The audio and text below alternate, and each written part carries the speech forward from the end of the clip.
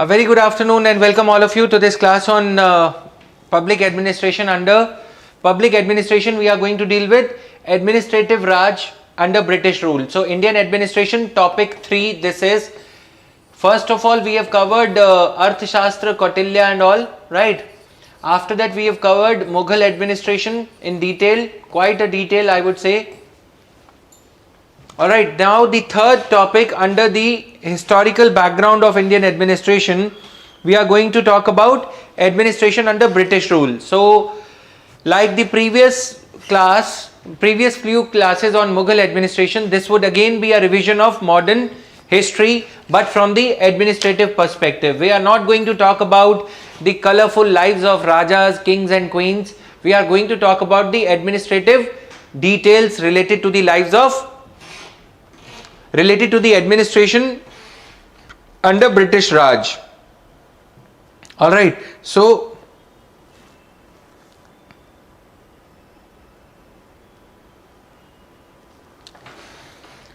you told there was a Karori who was equivalent of the present day DM, but in the first class you told that Karori was another corrupt revenue official at the Pargana level. बच्चे try and understand, Karori जो है उसमें दोनों functions combined थे, revenue collection भी और law and order भी, ठीक है ना? तो इसलिए हमने फर्स्ट क्लास में उसका रेवेन्यू एस्पेक्ट डील करा था. ऑलराइट, सो फर्स्ट क्लास में उसका रेवेन्यू एस्पेक्ट हमने डील करा था, सिर्फ रेवेन्यू साइड पे मैंने उस पर बात करी होगी. So that is why the doubt. ठीक है, now doubt number 4th. Similarly, the head of the Pargana as Fauzdar, but the head of the Pargana is Shikdar. Shikdar is on the civil side. ठीक है, कल की class में हमने शिकदार और फौजदार दोनों लिखे हैं. if I would be able to pull out that, कल जो मैंने लिखवाया था उसमें फौजदार और शिकदार एक जगह पे दोनों भी लिखे हैं. ठीक है, फौजदार क्यों कहा जाता था? क्योंकि वो फौजदार अपनी आर्मी भी रियर करेगा अगर कुछ ऐसा रेबिलियन प्रजा की तरफ से होता है तो. Got it? शिकदार तब हो जाएगा जब वो सिविल साइड पे काम कर रहा है, राइट? एडमिनिस्ट्रेटिव साइड पे जब वो काम कर रहा है. क्लियर?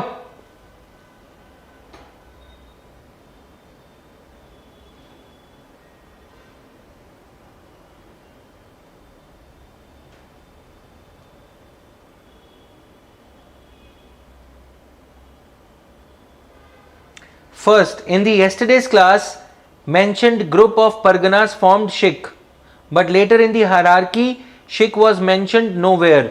बच्चे, मैंने शिक इसलिए मेंशन नहीं करा, ये जो शिकदार वर्ड है ये शेर शाह सूरी की एडमिनिस्ट्रेशन से आया है. ठीक है, तो इसलिए हमने जानबूझ के शिकदार को इग्नोर किया है क्योंकि इनहेरिट उन्होंने वही करा था. ठीक है, shikdar is a group of parganas. अब हमने वहां पे शिकदार की जगह क्या वर्ड लिखा था आप बताओ? सरकार लिखा था हायरार्की में, क्योंकि अकबर ने उसे सरकार का नाम दे दिया, शिकदार नाम नहीं दिया. शेर शाह सूरी ने नाम दिया था वो. ठीक है, तो शेर शाह सूरी के काफी टैक्सेशन सिस्टम्स को भी हमने हैश करके लिखा है, स्लैश करके लिखा है, क्योंकि वही टैक्स सिस्टम, जब्ती सिस्टम कुछ और कहा जाता था. ठीक है, तो continuation of the old system but in a revamped manner. तो इसलिए एडमिनिस्ट्रेटिव सर्कल्स भी, जो ज्यूरिसडिक्शनल एरियाज भी थे, उनको कहीं पे शिक कहा जा रहा है. ठीक, shiq is a group of parganas, but Akbar ने उन्हें नाम दे दिया sarkar. That is the reason. So I emphasised more on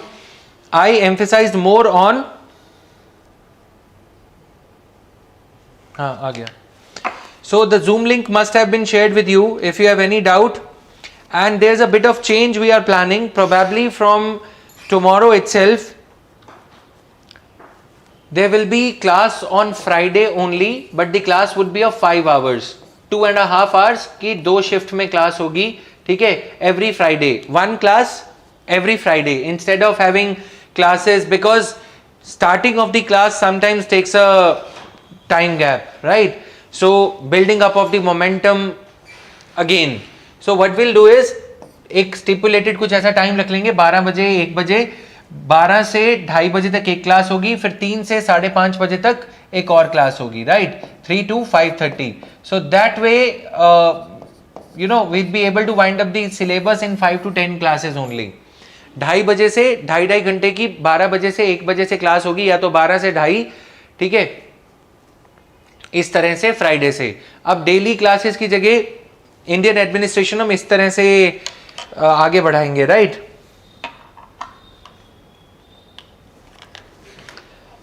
Now you can tune into the Zoom.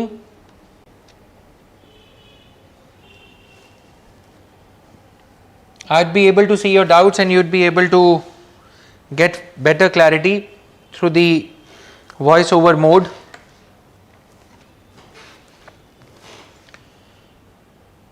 So every second or third day we would be having doubt session also via Zoom meeting, because many of you are watching the class or taking the classes from your home premises that way, right.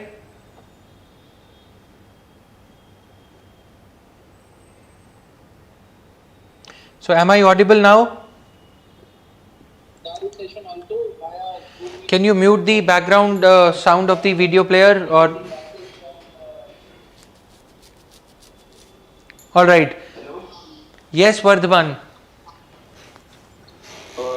Okay sir आप Friday को एक ही class रखोगे हफ्ते में? एक ही class रखेंगे, but वो 6 घंटे 5-6 घंटे की क्लास होगी. Won't that be better? Sir एक दिन की जगह अगर 2 दिन में हो जाए तो 2-2 घंटे की भी अगर हम कर ले तो. अच्छा, we'll consider that. We haven't yet finalized teaching PubAd, so public consultation is an important step, right. So we'll consider that ki instead of having 6 hours class, see 6 hours class would happen or 5 hours class would happen with a gap of half an hour in between. Okay, now the topics are very interesting. Topics are not like thinkers and all that you won't be able to absorb. I will also consider your point and you also consider my point कि अगर हम एक ही दिन रखते हैं ना, बीच में आधे घंटे का गैप होगा, तो डिस्ट्रिक्ट एडमिनिस्ट्रेशन, ये जो रिलेटेड टॉपिक्स हैं, ये एक ही दिन में कॉन्टिन्यूटी के वे में अगर चल रही है स्टोरी तो जल्दी से इफेक्टिवली कवर होंगे. अदरवाइज क्या होता है, रीकैप देने में ही, पुरानी क्लास का रिकैपिचुलेशन में ही 10 मिनट लग जाते हैं. 10 मिनट में लेट हो गया, वो टाइम वेस्टेज को अवॉइड करने के लिए I thought it this way. Hope this will help all of us. Rest I'll consider your point as well. Okay. Please. आपने बीच में से लिया था वो मुझे समझ नहीं आया. तो सर इसमें फर्स्ट डाउट है कि आपने जो पहली क्लास में बोला था इक्का को शिफ्ट में डिवाइड किया, शिफ्ट को परगना में, तो शिफ्ट को डिस्ट्रिक्ट में लिखवाया था, ठीक है. तो आपने जब कल हायरार्की लिखवाई थी तो आपने उसमें लिखा था कि group of Pargana form shift.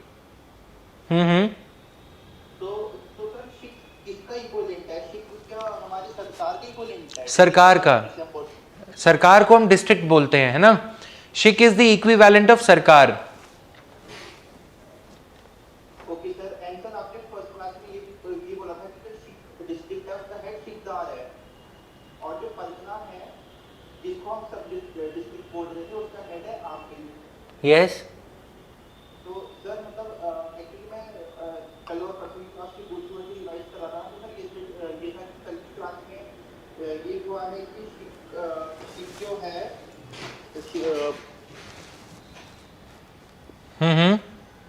Sir इसमें शिक जो की डिस्ट्रिक्ट है उसका एक सेकंड सर उसका हेड है फौजदार, और जो परगना है उसका हेड है शिकदार. तो सर ये उल्टा हो गया.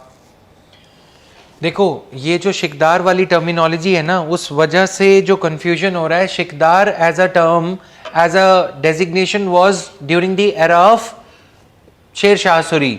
सो better would be to skip on that, right. Go by the faujdar वाली. हाँ जी. तो सर हम शिकदार को चौधरी कह देंगे कि चौधरी की सेम डे, तो सर परगना का हेड तो चौधरी हो गए ना. वो आप बिल्कुल उसमें रेवेन्यू वाली साइड पे चले गए. जो चौधरीज होते थे वो जमींदार साइड पे रखा जाता था उनको, है ना. देखो 3-4 फंक्शंस हैं जो वहां पे करने पड़ रहे हैं। मिलिट्री को मेंटेन करना फौजदार, राइट। पूरे एरिया के सिविल एडमिनिस्ट्रेशन को थोड़ा बहुत जो मुगल एम्पायर कर रहा था वो शिकदार, और चौधरी जो है वो लैंड रेवेन्यू साइड पे चले गए प्रॉपर। तो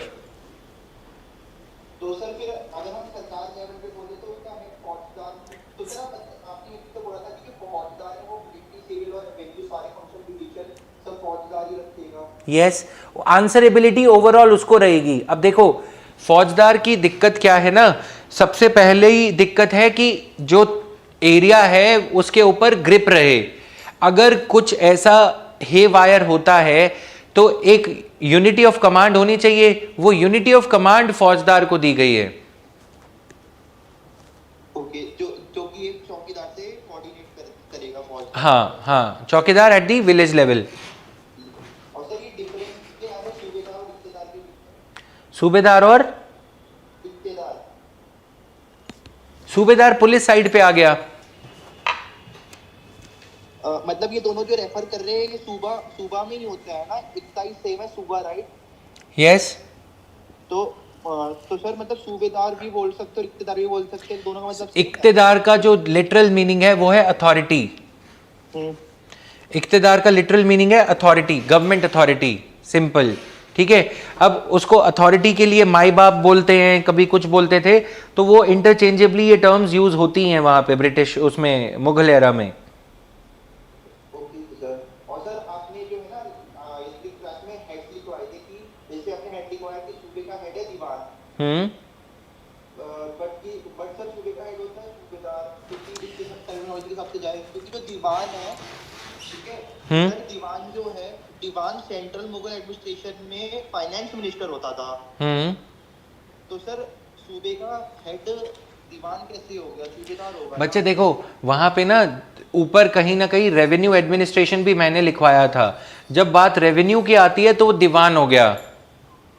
अब ये जो रेवेन्यू, हाँ सिर्फ हेड्स लिखवाया था, तो उसमें ब्रैकेट में रेवेन्यू आप रेवेन्यू कर लोगे, हाँ ठीक है, रेवेन्यू वहां पे आप लिख लोगे तो लॉजिकल सीक्वेंसिंग, लॉजिकली उसको अरेंजमेंट हो जाएगा।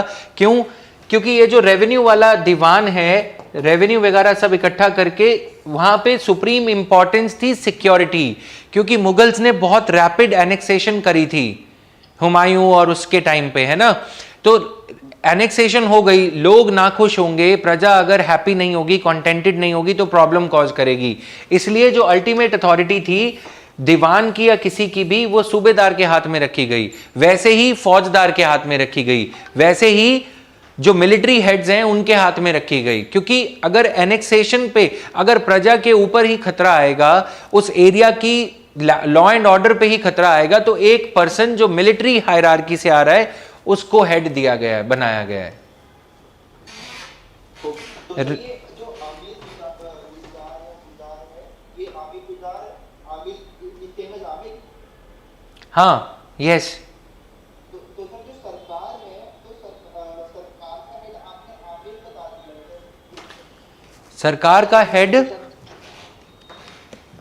कल की जो क्लास थी सर मैं उसके हिसाब से बोल रहा हूँ कि देखो सरकार का हेड आपने आमिर बोला था, और परगना का हेड फौजदार, और ग्राम का हेड पटवारी। ठीक है, ग्राम का हेड तो पटवारी ठीक है, बट सर परगना का फौजदार और सरकार का आमिर गुलजार, ये सर सही नहीं लगा। सरकार का जो आमिर गुलजार है, जो एरिया बड़ा है, वो गुलजार नॉमेनक्लेचर दे दिया किसी को नवाजने के लिए, किसी को नवाजा जा रहा है। जैसे हम एबोलिशन ऑफ टाइटल्स की बात करते हैं ना, ये टाइटल्स, जैसा मैंने वहां पे कल ये भी लिखवाया था कि the land was insecurity was created among these people, बार बार उनकी जो जागीर है उसको शिफ्ट कर दिया जाता था, ट्रांसफर कर दिया जाता था।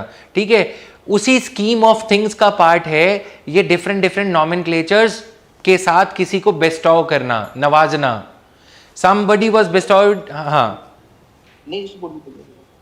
मतलब किसी को अगर आमिर गुलजार बोल दोगे, गुजार बोल दोगे, तो क्या होएगा, उसकी अहमियत बढ़ जाएगी, ठीक है, एज कंपेयर टू आमिर, क्योंकि उसने बढ़िया टैक्स कलेक्ट किया है, राइट। ओके, तो सर परगना का हेड फिर हम फौजदार बोलेंगे, मतलब क्योंकि परगना के पास भी हमारे पास ऑलरेडी रेवेन्यू ऑफिशियल है जो कि कानूनगो और आमिर है। बच्चे ये देखो, ये सारे जो नीचे के हेड्स हैं ये एक पर्सन को आंसर कर रहे हैं, फौजदार। फौज को इंपॉर्टेंस दी गई है, क्यों दी गई है? Law and order.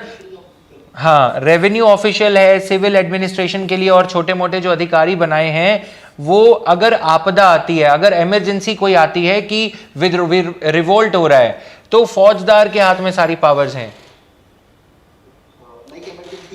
जैसे आज का गवर्नर है भाई, चीफ मिनिस्टर है, होम मिनिस्टर है, फाइनेंस मिनिस्टर है, लेकिन जब आपदा आ गई, article 356 governor, report of the governor. ठीक है। और सर ये जो है आपने जैसे बोला था करोरी जो है वो प्रेजेंटली टीएम की इक्विवेलेंट है, और आपने बोला था कि करोरी जो है वो करप्ट रेवेन्यू ऑफिशियल था एट परगना लेवल। ठीक है, तो सर ये आपने फिर बताया कि जो परगना का हेड, अभी पहले आप आमिर गुलजार के बारे में लिख लो। They were the chief officials of the sarkar on the administrative side, on the revenue side. ठीक है, आमिर गुलजार जो भी लिखा है, ठीक है, तो लिख लिया इसको? Yes sir. बस इतना लिख लो। अब आगे बताओ और क्या बोल रहे हो? कि जो मैंने किरोरी बोला था, किरोरी वाली बात में बच्चे मैंने यहां पे लिखा था अभी, आपके डाउट समझ नहीं आया था। हाँ जी, मैं आपका डाउट यहां पे पढ़ रहा हूं, एक मिनट रुको। ये वाला डाउट आपका है कि हाँ, 5th number. Sir, you told that there was a Karori who was the equivalent of the present day DM, but in the first class you told that Karori was a corrupt. अब देखो, मैंने आपको ये बताया कि जो करोरी है, ठीक है, वो क्या कर रहा है कि रेवेन्यू साइड पे डिस्ट्रिक्ट का हेड है। ठीक है, आज के डीएम को हम क्या बोलते हैं? District collector. जो कलेक्टर वाला फंक्शन है ना, वो किरोरी कर रहा था उस टाइम पे। ठीक है, अब समझ में आया? DM combines 2 sides, law and order, 3 sides, law and order, karori यानी कि रेवेन्यू कलेक्शन, देन उसके बाद वेलफेयर ऑफिसर। आज इतने सारे फंक्शंस है ना, तो ये जो अलग अलग डिपार्टमेंट, ही सिट्स एज जज also, he used to sit as जज ऑल्सो। तो इतने सारे फंक्शंस कंबाइंड हैं। जब हम ये बोलते हैं कि करप्ट रेवेन्यू ऑफिसर, तो ये वाली कॉनोटेशन नेगेटिव आ रही है, क्योंकि ये पैसे खाने लग गए थे। ठीक है, लेकिन डिस्ट्रिक्ट लेवल पे ये हेड है of revenue administration only. Karori. Yes. अच्छा, क्योंकि सर मैं जैसे आई वाज चेकिंग ना, तो हाँ? उसमें ये लिखा था कि जो करोरी है ना, हाँ, वो परगना में आमिल के साथ मिलके रेवेन्यू कलेक्शन का काम करते थे, and he was introduced during Raja Todarmal time. Yes. और उनको वो वही करोड़ रेवेन्यू देना पड़ता था, तो इसलिए उनका नाम करोड़ी पड़ गया। तो बस ये लिखा था। अब कहीं पे लिखा है कि वो करोड़पति बन गए इसलिए उनका नाम करोड़ी बन पड़ गया। उन्हें करोड़ रेवेन्यू कलेक्ट करना पड़ता था। बिल्कुल ठीक कह रहे हो, है ना? मतलब देखो, हम उसमें नहीं जा रहे, हम सिर्फ इसमें जा रहे हैं कि डिस्ट्रिक्ट लेवल पे वो डिस्ट्रिक्ट पे रेवेन्यू कलेक्ट करने के लिए उनका ये बनाया गया था। और इस प्रोसेस में जो इनका, ठीक है, कितना लगान कलेक्ट करना पड़ता था उसमें ना जाएं, बट मोटी बात यह है कि रेवेन्यू के ये हेड थे डिस्ट्रिक्ट लेवल पे। ठीक है, हाँ, राजा टोडरमल ने इसे इंट्रोड्यूस करा था, this is fine. And sir ये जो बख्शी और मीर बख्शी है, ये सेम है? बख्शी और मीर बख्शी अगेन डेजिग्नेशन का डिफरेंस आ जाता है और कुछ नहीं। ओके, ये दोनों ही क्योंकि लिखा है मिलिट्री पे मास्टर्स है दोनों। यस, जो मीर बख्शी है उसके अंदर बड़ी सल्तनत आ गई, बड़ी एम्पायर आ गई, और जो बख्शी है वो छोटी हो गई। और सर आप एक पॉइंट बता रहे थे यस्टरडे की क्लास में, जिसमें आप बता रहे थे ना कि 3 तरीके के हमारे पास थे, अंकुट, राय, जब्त, और फिर आपने नसक सिस्टम का बता रहे थे और बोल रहे थे कि ये कैसे सिमिलर है। आपने सर वो पॉइंट बताना मिस कर दिया था। अच्छा। और सर इसी में कंटिन्यूएशन है कि आपने देसाला सिस्टम कवर किया था, हाँ? बट बंदोबस्त अर्जी सिस्टम रह गया था, जो आपने लिखवाया था कि बंदोबस्त अर्जी, क्योंकि ये भी अलग तरीके का सिस्टम है। ये बस ये सर ये डाउट है। ये आप कह रहे हो, मैं इसको कंप्लीट मैंने इसलिए नहीं करा क्योंकि अकबर का तीनों का ही मेंशन आता है ज़्यादातर। ठीक है, अब वो अगर हम नसक सिस्टम वगैरह कवर करेंगे वो फिर डिटेल हो जाती है बहुत ज़्यादा। मेरे पास नोट्स में है।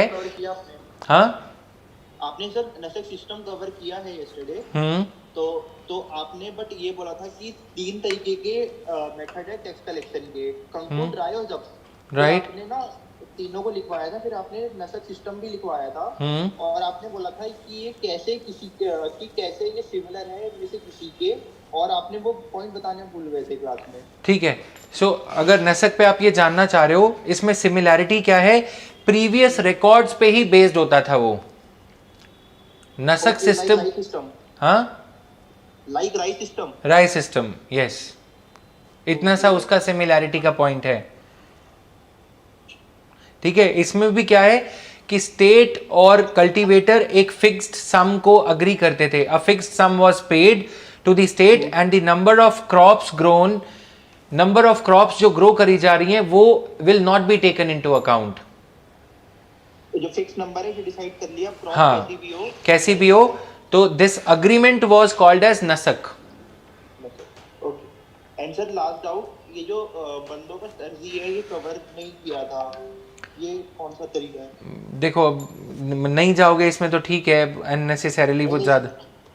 सर नहीं, बस इसलिए क्योंकि ये पॉइंट है ना, Akbar had instituted a system of dahsala, bandobast arzi and जब्त सिस्टम, तो हाँ, इसलिए ये उसका ऑल्टरनेट नेम ही है। अगर आप इसको चेक भी करोगे, बंदोबस्त, जब्ती, दहसाला, ये नाम ऑल्टरनेटिवली यूज करे गए हैं। मैं बता रहा हूं क्यों। देखो, कहीं पे लैंग्वेज का इतना बड़ा इंडिया, कहीं पे लैंग्वेज का ज्यादा पर्सो अरेबिक होना, ठीक है, कहीं पे लोगों का बंदोबस्त नाम से वाकिफ होना, ओके, ठीक है, कहीं पे उनको दहसाला बोलना अच्छा लगता है कि 10%, जहां पे बनिया क्लास है गुजरात वगैरह में, तो वहां पे वो दहसाला बोल के खुश हैं। जहां पे टेरिटोरियल खतरा ज्यादा है, पंजाब हरियाणा में, ये सब में, वहां पे बंदोबस्त अर्जी दे रहे हैं वो लोग, बंदोबस्त के लिए अर्जी दे रहे हैं। अर्जी कैसे दे रहे हैं? In the form of money, like request. हाँ, बट जब कोई रिक्वेस्ट लेके जाते हो आज भी ब्यूरोक्रेट के पास, तो क्या होता है, 2 एनवेलप होते हैं, एक पैसे वाला और दूसरा अर्जी वाला।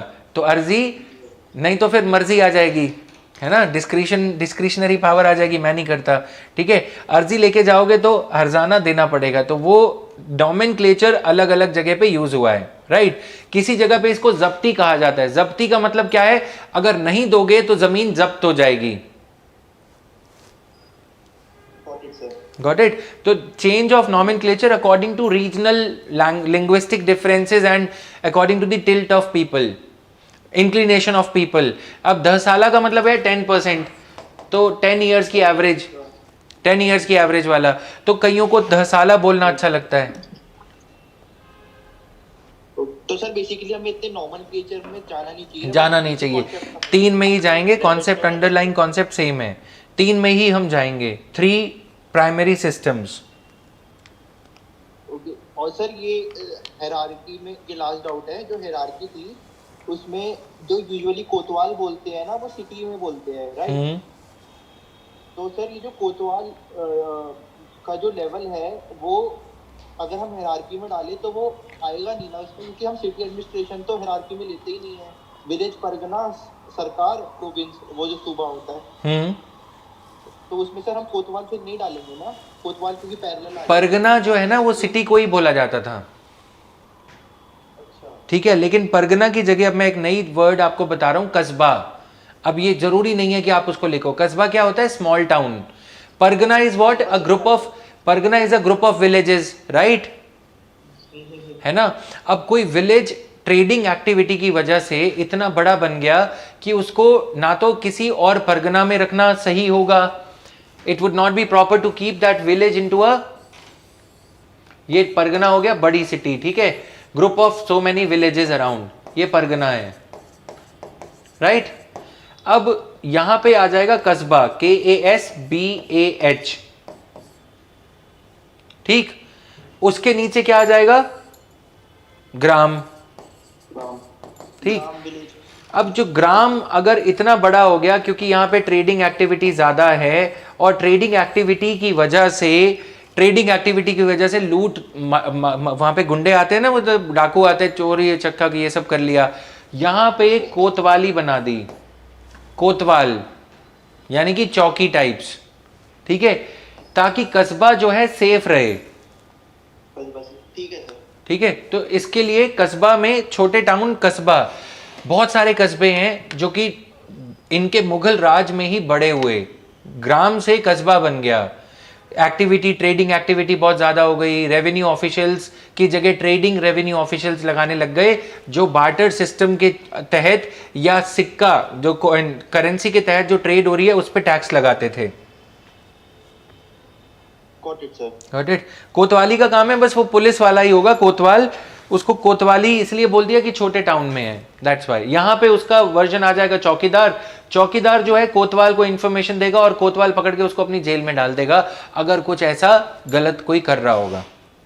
ठीक है sir, done, that's all sir. Doubt सारे क्लियर कर दिया आपने। ठीक है, किसी और का कोई डाउट है आपका? बच्चे आप तो ऑफलाइन आ ही रहे हो। श्रेजल, गुड आफ्टरनून बच्चे। So those of you who are attending the classes in the recorded format also, you can join the class on Wednesday or Thursday. You can let the team know that you have doubts. Even if doubts of paper 1 are there, you can just put your doubts onto the WhatsApp of the concerned counselor or front desk.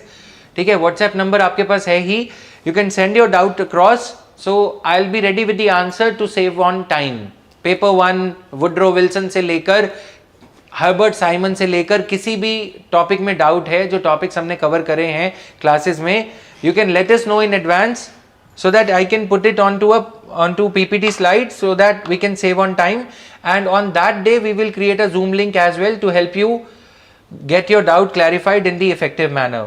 So proceeding further with the class for now. All right, I am ending the Zoom for now.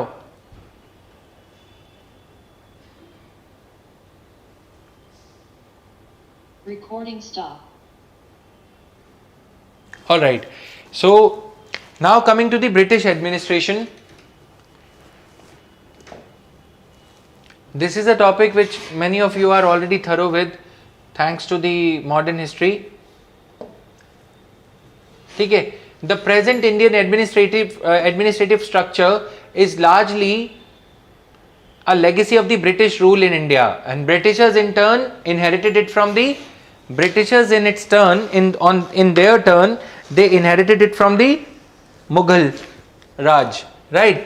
The analysis in this lecture is to show how the British evolved the administrative system of India while sharing the imperfect inheritance in all human institutions that brought the benefits in terms of experiments etc. अब यहाँ पे देखोगे 1600 से 1757 sole purpose of the Britishers was to increase trade with India from 1600 to 1757. From 1757 to 1858, from Battle of Plassey, the Britishers changed their nature from the trading entity to expansionist tendency or expansionist tendency. 1757 to 1858. 1858 to 1947, because of the revolt of 1857, after the Sepoy Mutiny, the Crown rule was established in India. Crown, the functions of British East India Company were taken over by the Crown, British Crown, Queen Elizabeth, right? Now the arrival of the East India Company. So all these details are there. You already know that. I am more interested in the administrative details, so we'll jump to that only.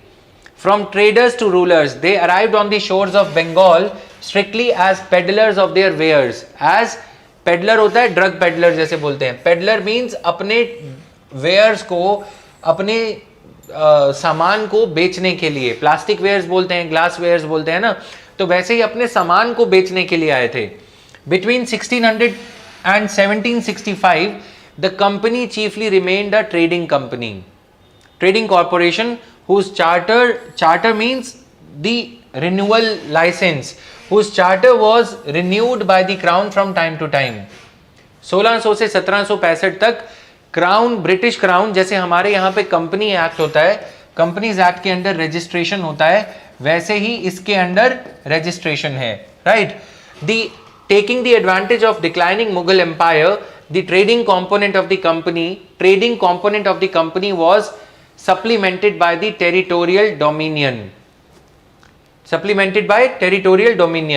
When the company acquired a territorial empire and political power together with mercantile employees, It employed a large number of civilians known as clerks, writers, etc. So the company had two controlling authorities, popularly known as double government. Board of control, जैसे company का board of directors होता है, वैसे board of control superior body as it was appointed by the British parliament. Then court of directors consisted of nominated members who were nominated by the shareholders of the company. Court of directors company के day to day activities को control करेगा. Court of directors. Board of control was nominated by the British Parliament because Crown was, company became so huge that it started ruling India. At that time it was considered necessary that the British Parliament, it vets the vetting मतलब approval of the names who will be appointed as board members of board of control. So board of control के under काम करता था court of directors. Done. Now the most notable contribution of the Britishers was creation of a body of civil servants which took place during the reign of the company. Alright, the civil service under the company was divided into two categories. The covenanted का मतलब क्या है? जानबूझ के deliberately एक ऐसी power, एक ऐसा स्टेटस रिकॉग्निशन उनको दिया गया था ताकि उनकी रिस्पेक्ट की जाए. ठीक है, कोवेनेंटेड सिविल सर्विस जो कि हिंदी जो कि इंडियन लोगों के ऊपर राज करेंगे, रूल करेंगे डे टू डे अफेयर्स में. इसमें डिस्ट्रिक्ट मैजिस्ट्रेट, डीएम, कलेक्टर ये सब आ गए. The aim of this category of civil servants was to serve the company faithfully. It was divided into different categories such as judicial, political, revenue and mercantile. Mercantile means trading. Alright, just an overview we are taking from this. Alright, the uncovenanted civil service. Covenanted में stretcher वाले लोग रखे गए, बंगला, गाड़ी और ये सब, घोड़ा, सिगार, अच्छी ब्रांड के, ब्रीड के घोड़े इनको दिए जाते थे. राइट, इनकी डिस्पोजल पे नौकर चाकर, जो कि आज भी कल्चर खत्म हो रहा है लेकिन है. ठीक है, वो सब जानबूझ के दिया जाता था. Right, deliberately to create to carve out a ring of stature around them कि इनसे मिल लिए तो माई बाप से मिल लिए. मतलब समझ रहे हो ना, एक ऐसा ऑरा इनका क्रिएट कर दिया. अब आते हैं अनकोवेनेंटेड. Uncovenanted civil service. This service included Indians, Parsis, Englishmen and Portuguese. यानी कि यहां पे सिर्फ इंग्लिशमैन है और यहां पे इंडियंस, पारसीज, इंग्लिशमैन और ये. They did not sign any covenant with the company. Covenanted क्या है? जैसे आज भी आर्टिकल 310 के तहत they are appointed by the president only. They have signed, they have got the written appointment letter from the president of India alone. Right?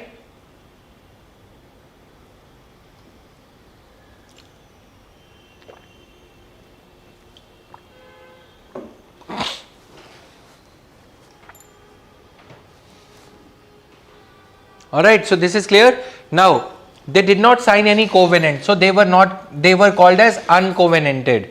This service has no cadre, as candidates to this service were employed on a temporary basis. So Weberian bureaucracy was applied. Weber ने क्या कहा कि भाई उनको इतना status दो कि किसी और चीज की लालच ना रह जाए, फेथफुली कंपनी को, फेथफुली गवर्नमेंट को सर्व करें. तो Weberian bureaucracy was very much applied by the Britishers. The principles of Weberian bureaucracy were very much applied. This service, uncovenanted service, had no cadre,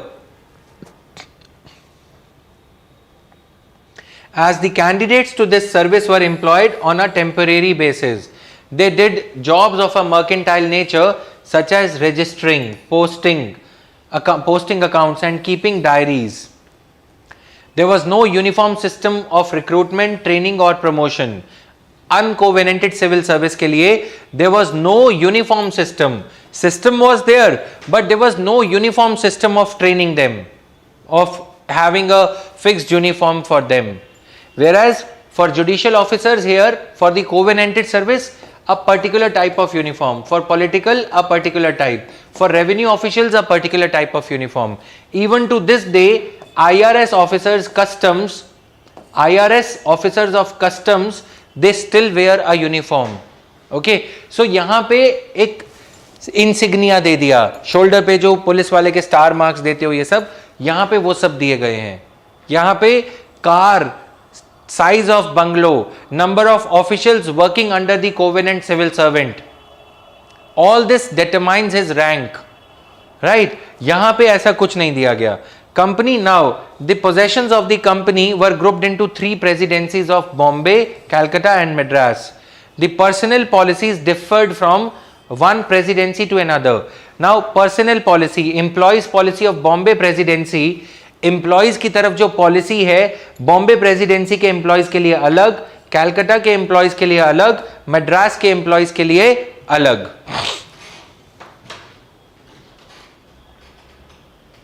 clear?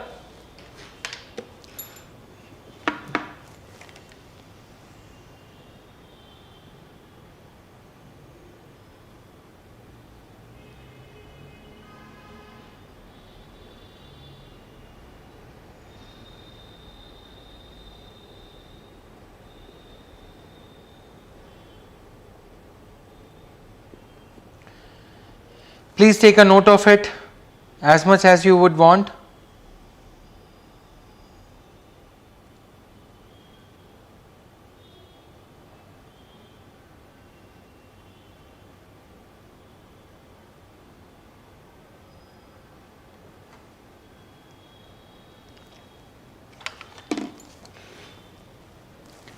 ठीक है.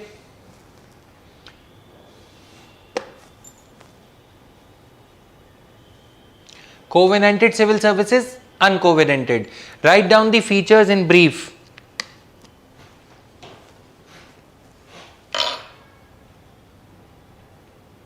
Please write down the features in brief.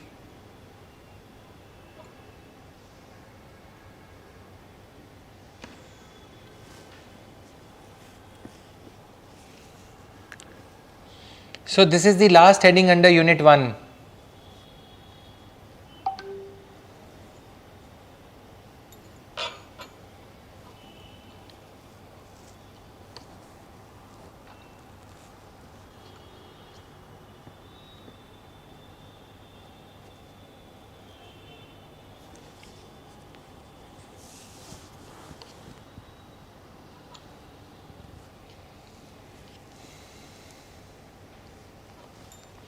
Please draw this diagram here.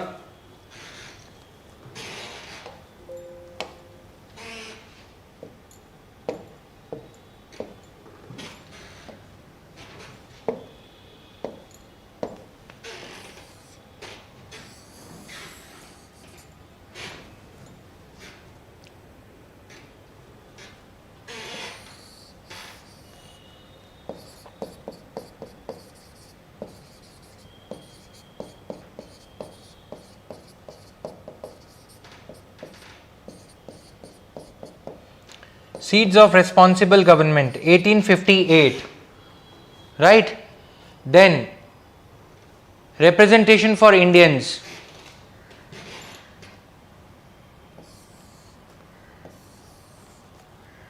Representation for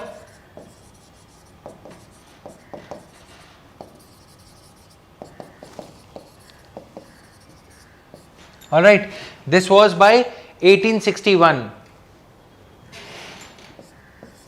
इसमें और क्या किया गया? portfolios were given to Indians, important portfolios except for finance etc. This were given. Now decentralized Bombay and Madras, decentralization of Bombay and Madras presidency.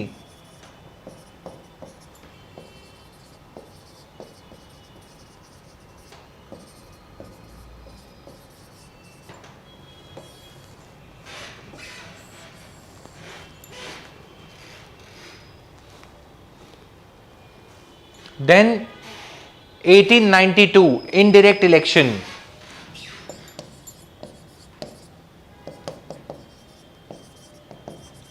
After this, we would be studying or covering the previous year questions related to it. You all are, welcome to write the questions on it, because this is one of the easiest areas.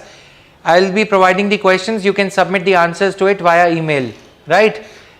Now,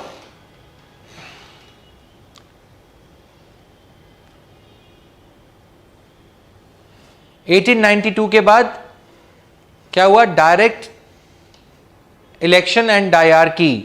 कब लाया गया ये? Direct election and dyarchy.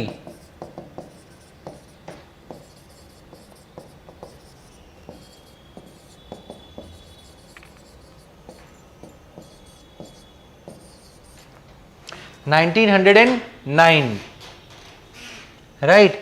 Then 1919 भी हम cover कर सकते हैं, but I would want to go directly to 1935, provincial autonomy. Last बार डायग्राम, लास्ट बार in the diagram, provincial autonomy 1935. ठीक है, इसमें कोशिश करो कि 1909 और 1919 को एक साथ क्लब कर सकते हो. Provincial autonomy. ऑलराइट, अब यहां पे हम क्या लिख देंगे ऐसे डायग्राम में? Decentralisation. So this paper is all about what? Diagrams, interactive way of representing this things, right.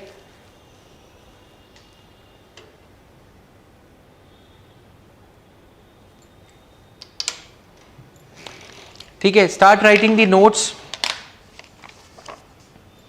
As I said in the previous classes also, that the more information you amass related to it, the better it would be.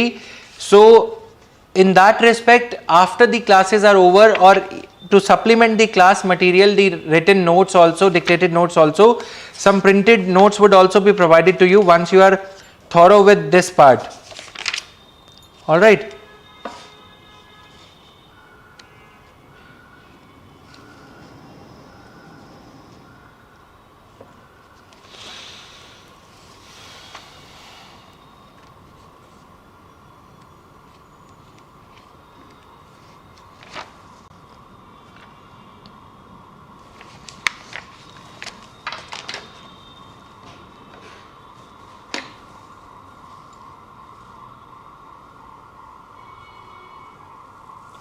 Please write down influence of the British Raj.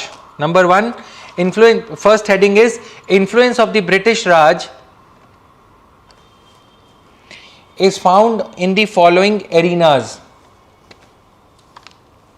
Influence of the British Raj is found in the following arenas.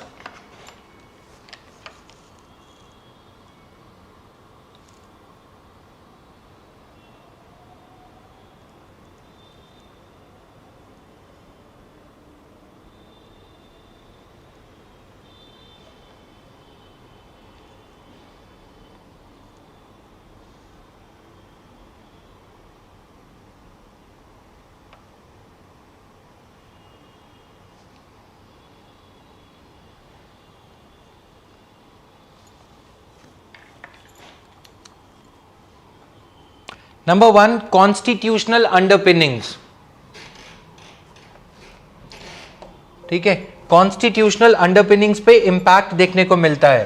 British राज का एक छाप देखने को मिलती है. ठीक है, constitutional underpinnings. The framing of constitution was largely done by incorporating government of India act 1935.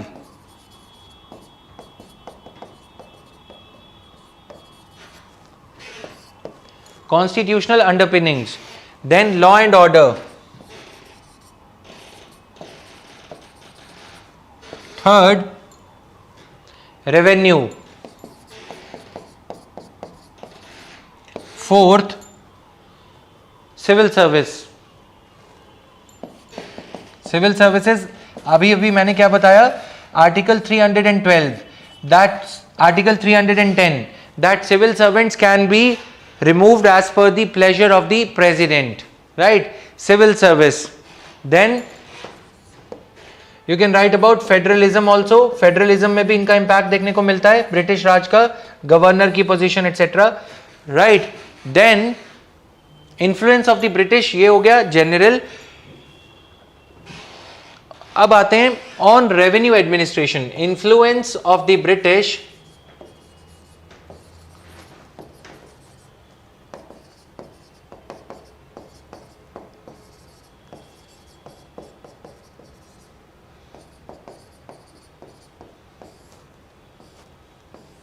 Right. Number 1 financial arena में RBI, RBI was created by RBI act 1934। It is a British era institution, ठीक है। Budget 1861, पहले budget के बारे में लिख लो, Acworth Committee, combined budget for, separate budget for railways, right, remember that, Acworth committee.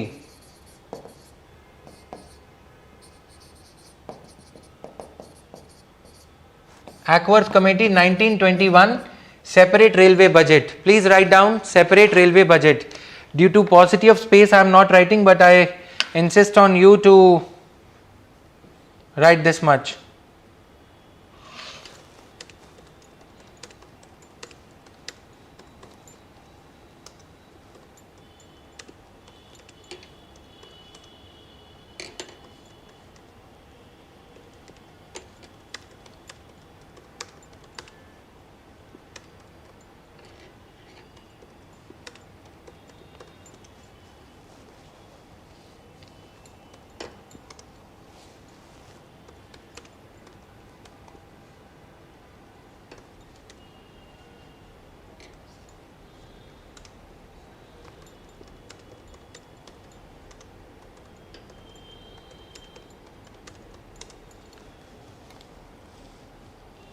ठीक है।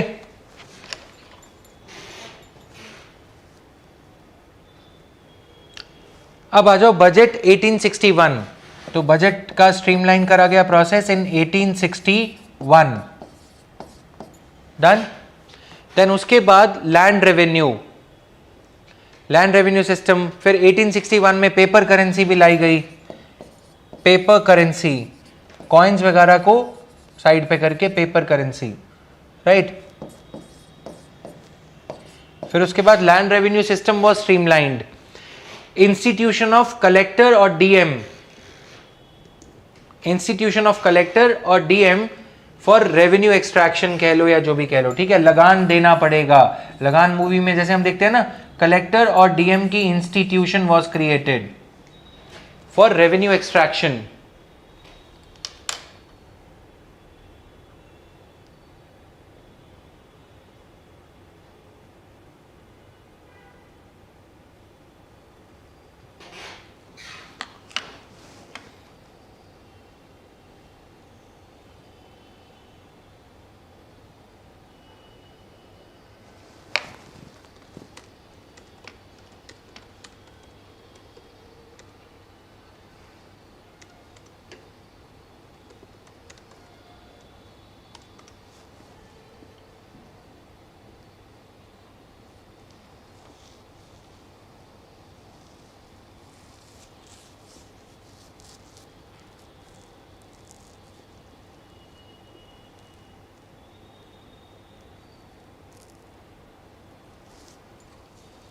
Done? Now, CAG 1919, institution of CAG was created 1919। तो ये सारा इम्पैक्ट है, right. If an this would be a very easy question. अब क्या हो रहा है, कंपार्टमेंटलाइज करके क्वेश्चन पूछा जा रहा है, analyse the impact of British Raj और imprint of British Raj on revenue administration, ठीक है। कॉन्स्टिट्यूशनल बॉडीज के ऊपर भी क्वेश्चन पूछे जा रहे हैं कुछ ऐसे। तो Indian administration is a very scoring area, as I always say. Now parliamentary accounting committee, parliamentary accounts committee was created in provinces। 7th point, parliamentary accounts committee was created in provinces।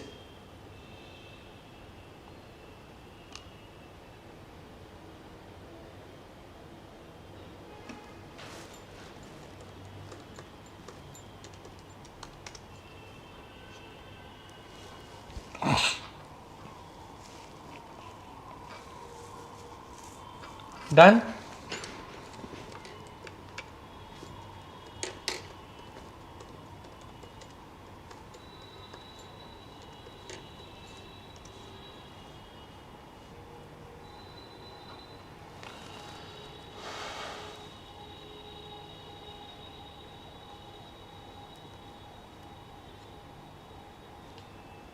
So let's now start dealing with all these accounts, years, acts that were there.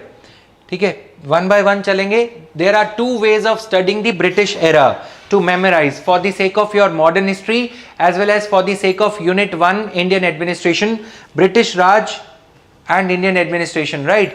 तो this British administration का जो impact है, we can study in two ways.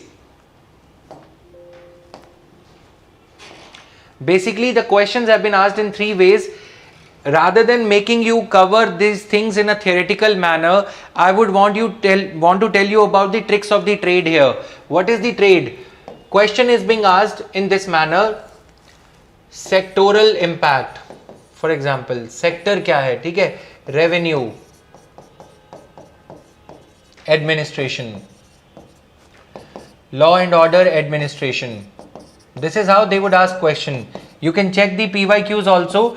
District administration. All right. Sorry. Then Lord Ripon या फिर local administration. Local administration during the British era was better than local administration during the independent India's era, right? Independent Indian era. Local administration, Ripon etc. के बारे में पूछ लिया, right? One is this way. ठीक है. Then is act and regulations. Acts and regulation के ऊपर question पूछ लिया. They might ask a question in this manner. What was the impact of regulating Act XYZ? Year 1, 2, 3, right? 1873, 1773, likewise. Government of India Act 1990. Morley Minto reforms. ये British, उसमें modern history में भी ऐसे ही पूछा जा रहा है, राइट? डायरकी, ये सब, ये एक्ट्स एंड वो. तीसरा जो एंगल है वो है governor general and viceroy and governor general rather. So we have to prepare in all these manners. As a teacher, it's my duty to cover these things in all these three ways. This is basically sectoral, this is temporal और temporal. ये भी temporal है, but with governor general and viceroy. उस viceroy ने condition of women के लिए क्या किया, local bodies के लिए रिपन ने क्या किया, ठीक है, civil services के लिए XYZ गवर्नर जनरल ने क्या किया, डिस्ट्रिक्ट कलेक्टर का ऑफिस किसने बनाया, राइट? विलियम बटरवर्थ कमेटी और ये सारा कुछ किसने किया, got it? So Lord Ripon ने लोकल बॉडीज के लिए क्या किया, कुछ इस तरह से. विलियम बेंटिक ने क्या किया, like that. So this is how you can cover this topic. Police act किसके कार्यकाल के दौरान आया, ये सारे पुलिस एक्ट वगैरह यहाँ पे आ जाएंगे, राइट? पुलिस एक्ट है, गवर्नमेंट ऑफ इंडिया एक्ट है 1861 का, राइट? सीआरपीसी भी उसी टाइम लाया गया.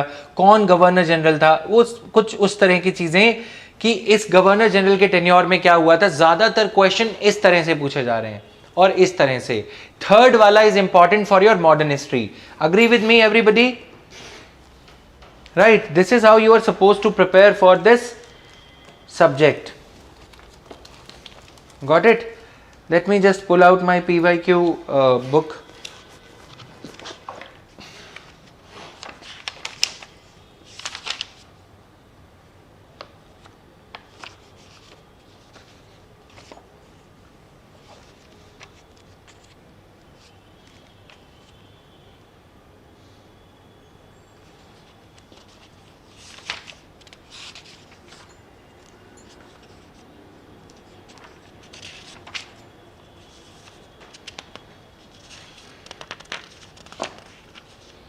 Now write down the heading administrative system. So we are going to cover first of all by this approach. ठीक है? Rather than going into the detail of every act, it is better that we follow. We just create a one heading that administrative system before 1858.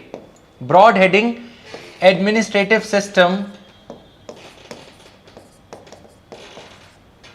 before 1858.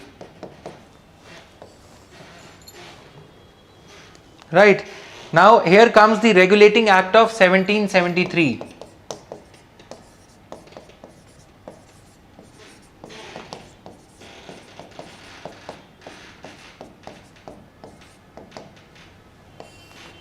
The Regulating Act of 1773, it was the starting point, can be taken as the starting point.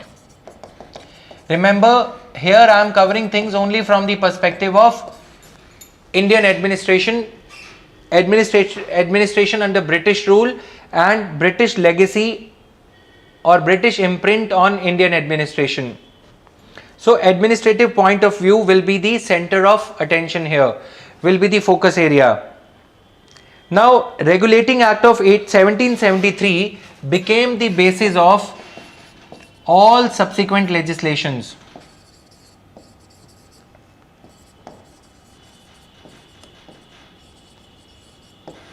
All the subsequent legislations.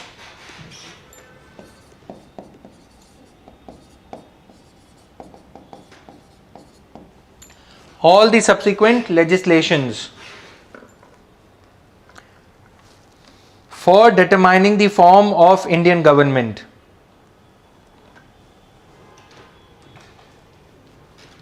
It subordinated the governors of Bengal, Bombay and Madras. It subordinated the governors of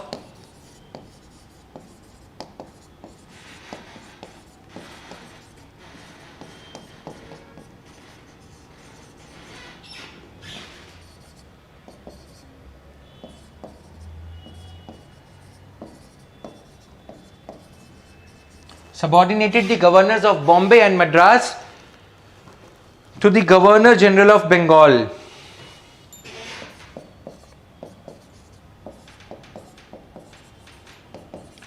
To the Governor General of Bengal. Done?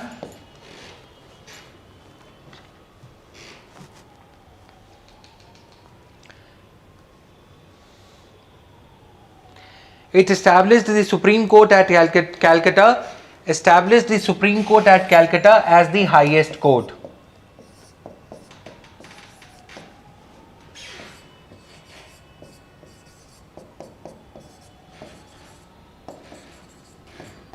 As the highest court. Established the Supreme Court at Calcutta as the highest court. So, now as I told you that we will be doing a blend of all these approaches. So here we are going to deal with Warren Hastings. Okay, for this my source for history has been Warren Hastings as the Governor General, right? For this my source is Grover and Grover Book of Modern History, Administrative Policies during various Governor Generals. So we will be covering important Governor Generals, but my piece of advice to all of you would be to prepare modern history from Grover and Grover insofar as that particular section of this is concerned. This particular section of Governor Generals and the opinions of various commentators, English commentators, British commentators or Indian commentators on the tenure of all the Viceroys and Governor General is concerned.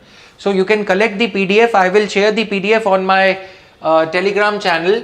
जो पबएड का Telegram channel बना हुआ है उस पे उसका scan copy हम share कर देंगे, राइट? जो भी ओपिनियंस गवर्नर जनरल के टेन्योर पे आई हैं, that would help you. But जो इंपॉर्टेंट गवर्नर जनरल्स हैं उनका टेन्योर में क्लास में यहाँ पे वॉरेन हेस्टिंग जैसे जो गवर्नर जनरल्स हैं उनका हम शेयर कर रहे हैं यहाँ पे, ठीक है? नोट करेंगे क्लास नोट्स के लिए. That is very very important. Now Warren Hastings was appointed as the Governor General under the Act of 1773. Warren Hastings was appointed as the Governor General under the Act of 1773. Warren Hastings was appointed as the Governor General under the Act of 1773. Warren Hastings की important achievement क्या मानी जाती है? जैसे Cornwallis को हम cover करेंगे अभी. वॉरेन हेस्टिंग की change the nature of civil services. Under Warren Hastings, the civil service began to move beyond its trading activity to public service. All right, public service में venture करने लगी civil services. पहले क्या माने जाते थे? Mercantile officers माने जाते थे, revenue officers. Extraction of revenue, blood hounding was the work. But Regulating Act 1773 changed the nature of civil services. Very important point. Insofar as any question for civil services related to civil services during British era is concerned, the company changed from a trader. The company changed from a trader and became a government in itself, and became a full-fledged government.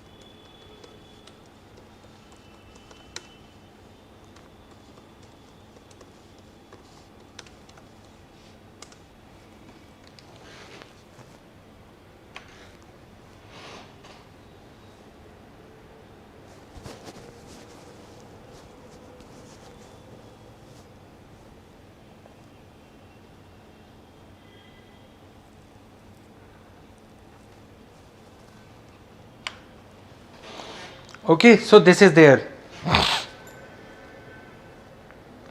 Skeletal functions of a slowly emerging police state. So Warren Hastings laid the foundation of a police state. What are we today? Today we are a welfare state. So Warren Hastings laid the foundation of police state. Skeletal functions. All right. Police state की बुनियाद रखनी शुरू कर दी थी. ये याद रहेगा Warren Hastings के पॉइंट ऑफ व्यू से, right.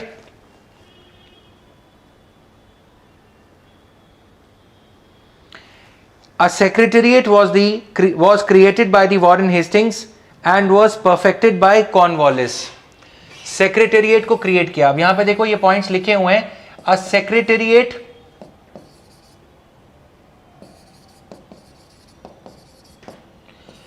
secretariat was created by Warren Hastings, which was perfected by his successor Cornwallis. Secretariat किसने क्रिएट किया? वॉरेन हेस्टिंग्स ने. Secretariat was created by Warren Hastings.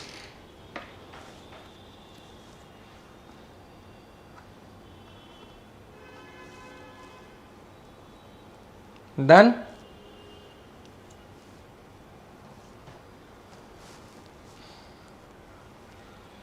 ठीक है. The modern secretariat had its origin in the office of factory writers. तो secretariat की बुनियाद कहां पे रखी गई? जो फैक्ट्री के क्लर्क्स थे, फैक्ट्री का जो रिकॉर्ड कीपिंग करते थे कमर्शियल और अदरवाइज, उन्होंने उस ऑफिस को कन्वर्ट कर दिया वॉरेन हेस्टिंग्स ने. In Madras and Bengal there was a secretary to the council of governor general who was assisted by 5 or 6 junior servants. तो आज वो क्या बन गए? Joint secretary, additional secretary, under secretary, like that. This structure was created by Hastings and was later on improved and perfected by Lord Cornwallis. Done.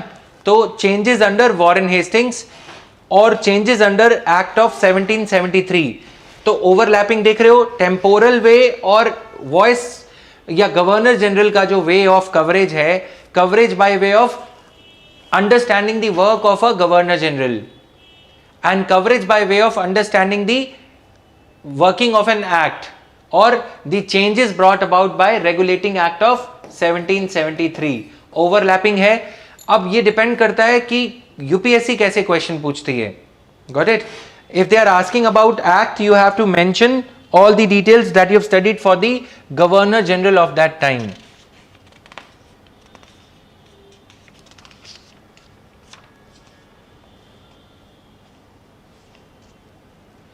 The regime of Lord Cornwallis constituted a landmark in the history of the civil services in India. अगर यही statement question के वे से आ जाए, everything is to be studied in a target oriented manner. Let us assume that this is the question. The regime of Cornwallis is considered to be a landmark in the history of civil services in India. So what would you be writing? Number one, he introduced the highly liberal system of remuneration. He introduced the highly liberal system of remuneration in lieu of the pittances. Pehle pittance was given, peanuts was being given to the civil servants. Now he introduced the highly liberal pay scale system. Done. He tried to eliminate patronage. What is the meaning of patronage? Khairat mein, you are a blue-eyed boy in my eyes, so you are being made a civil servant. No patronage. Qualification or eligibility, merit, all these things were introduced gradually. Right? He tried to eliminate patronage, that British East India companies, corrupt officials would not be given high stature positions. These high level positions would be given on the basis of merit and rendering of services by a civil servant. And saw to it that all the important offices were held by covenanted civil servants. He devised a system of administration that contains correctives against the abuse of powers by the officials themselves. ऐसा system of administration बनाने की कोशिश की गई जो करेक्टिव्स, ठीक है, that carries the करेक्टिव्स. अगर कोई गलत कर रहा है तो उसको सजा मिलनी चाहिए अब्यूज ऑफ पावर के लिए. Okay, so this is there. Now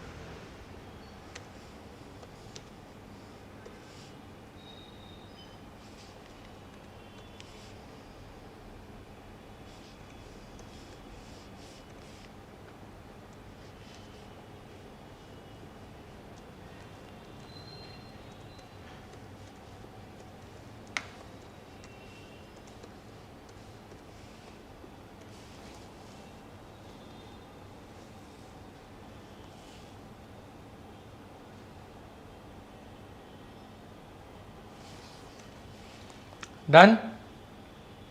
So rest of it will continue in the next class tomorrow. Tomorrow it will be more of understanding. Third class will be writing only, right? So first I'll make you understand all the contours and all.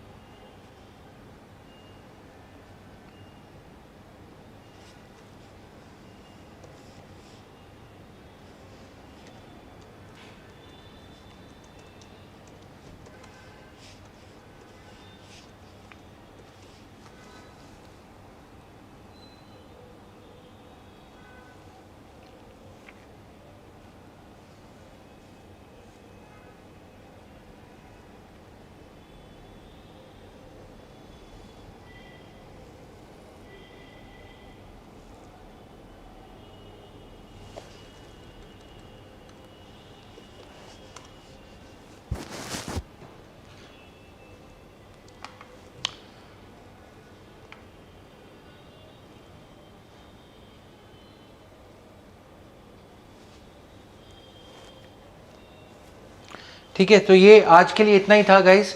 Kal we'll meet again and we'll be discussing all these things, right? Thank you. Tomorrow's session will be dedicated to understanding. जैसे आज मैंने थोड़ा सा understanding के contours बताए हैं. Your homework for today is to go through the previous year questions related to British administration, British Raj, administration during British Raj, and I'll be explaining these points to you in the next class tomorrow. Third class would be dictation cum understanding, right? This is a pattern that I have been following with you in your classes, consciously or unconsciously, without you realizing this, we have been following. Thank you guys for now.